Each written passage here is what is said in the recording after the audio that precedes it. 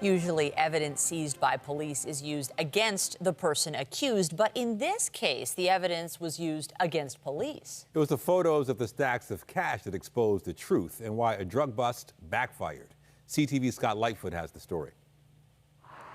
It all started in 2019 at this building on Weston Road near Eglinton. Toronto police raided an upstairs apartment looking for drugs. Inside, they found exactly that and thousands of dollars in cash, too. But it's just how much cash was found that this week led a judge to stay the charges against the accused. Judge in this case found that the police stole $6,000 from my client.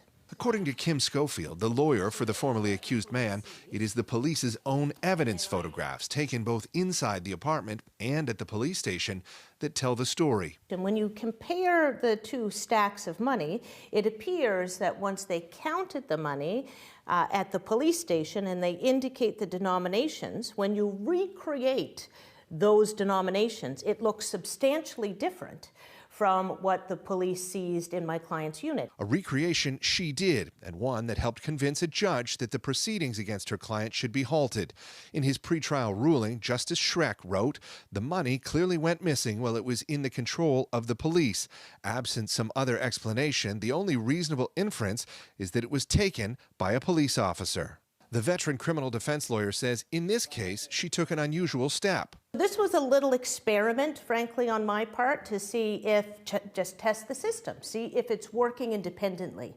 And they failed miserably. Schofield contacted the Toronto Police Professional Standards Unit before the matter went to trial. And I provided all the information to the professional standards. Instead, they went, they looked at the money, they investigated. I think they probably asked certain officers, did you steal some money? They responded no, and that was it. Closed the investigation, no impropriety found. Today, a Toronto police spokesperson told CTV News professional standards investigated this matter and based on the evidence available at the time did not substantiate misconduct.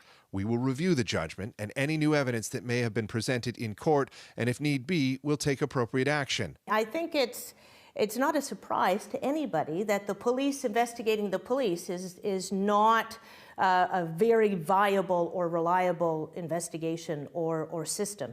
So maybe it's a reminder to us all that there's got to be some changes in this regard. Changes Schofield says should involve the use of police body cameras during searches, improved documentation and better training for officers involved in searches, and a re-examination of how police police themselves. The judicial system, the legal system worked. The police accountability system, professional standards, did not. Scott Lightfoot, CTV News.